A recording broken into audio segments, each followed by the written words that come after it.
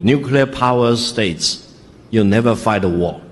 Because if you fight a war, you will have MAD, mutually assured destruction. China and the United States eventually will need to live in peace. Whatever problems they have, they need to resolve them in peace, in negotiation, in diplomacy. That's why, if you have not watched the Victory Day parade in Beijing on September the 3rd, one of the weapons China demonstrated is a missile with all the warheads. We call it 61 because it can contain 60 nuclear warheads plus one hydrogen bomb. Now, in the world of today, let me tell you, which country has hydrogen bomb? China is the only country with hydrogen bomb.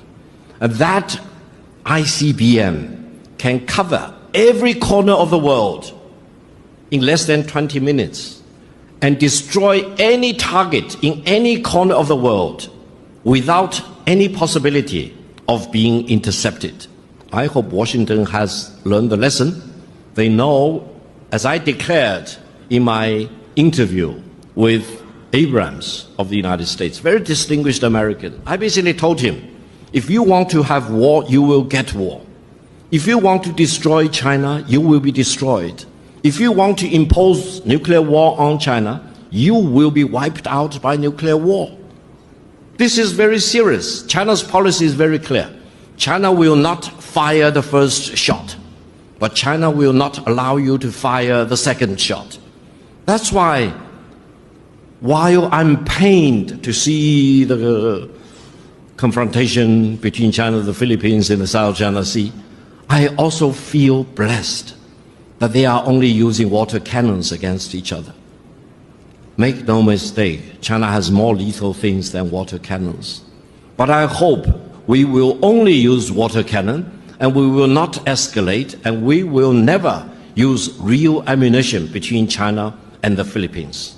Now, Mr. Abrams also challenged me, saying that China's military buildup is a challenge, a threat to our neighboring countries. I told him point blank, no country in China's neighborhood is a match against China in terms of military power. China's military buildup is a matchup against only one country, that is the United States. China will never allow the United States to launch a war against China, conventional or nuclear, without suffering devastating consequences. Now, I mention this with one purpose.